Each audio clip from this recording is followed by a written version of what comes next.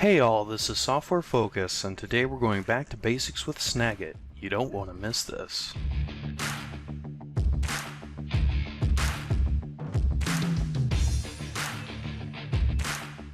Today's episode will be focused on the line tool available within the Snagit editor. To start, we'll go to More at the top in the toolbar and choose the line tool. It's about halfway down. Clicking on it will turn it blue and pull it into the toolbar at the top. And in the Quick Styles pane on the right, we'll have a few pre-made quick styles available to choose from.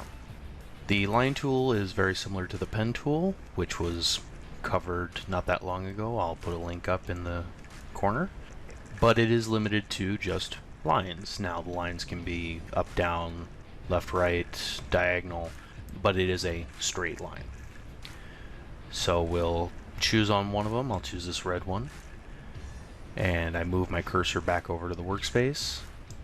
Click and drag, and you'll notice where I started is a fixed point, while the other end is movable and manipulatable by me. And I'll just drag it however far I want and let go. And I have my line. And of course I can click on it and move it again, or resize it. And that's about it. You do have the tools similar to other options, so we can choose colors, we can set where the shadow appears, we can choose how the beginning, the middle, and the end of the line looks. We can adjust the thickness of the line, the opacity, or how transparent the line is, and we can also turn on Bezier curve, which allows me to turn this line into a curve. So what I'll do is I'll choose another one, except I'm going to change the color, make it green, and rather than the shadow come from the bottom, I want it to come from the center. Just as a reminder, there are other options available under the shadow here. I can change the color of the shadow, so maybe I want the shadow, instead of being black, I want it to be purple. And I want it to fall back a few pixels from where the line actually is, and everything else I'll probably just leave alone.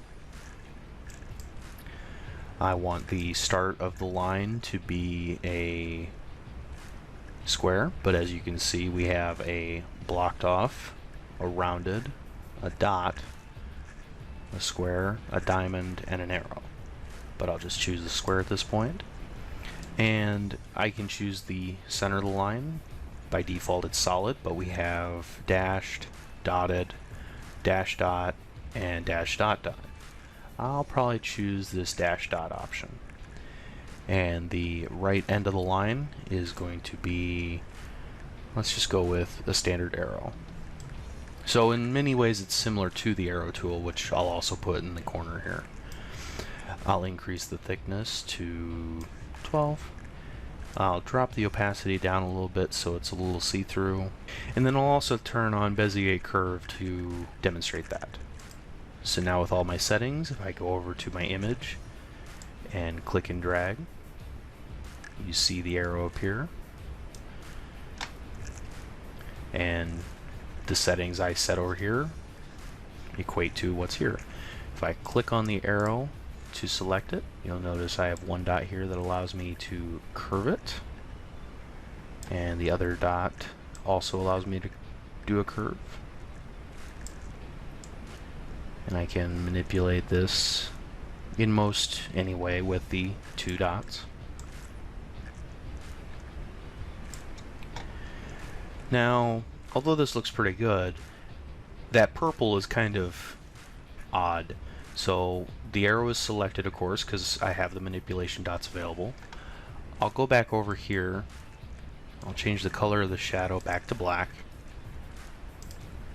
And I'm not sure how my shadow position got messed up, but we'll click the center again. And now it's kind of right behind it, so it's hard to see. So let's actually increase the distance of the shadow. Oh, that's how. Okay.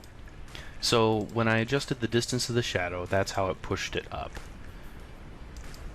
So if I want it behind it, let's go center and blur it. Yeah, if I blur it, it's subtle, but right around the edges you start seeing the shadow. Probably if I chose a different color, maybe. Yeah, you can kind of see that very faint red glow coming from behind the arrow. And as with other quick styles, you of course can set up a line how you want it and hit that plus sign, and that'll make it a easily choosable line in the future. So I can click on it and draw it again. And that about covers it for the line tool. Fairly simple, a lot like the arrow tool and the pen tool. And this has been Software Focus. If you like this video, hit that like button, or click subscribe to join the channel for future videos. If you have any feedback or ideas for future videos, please leave a comment down below. Keep focusing!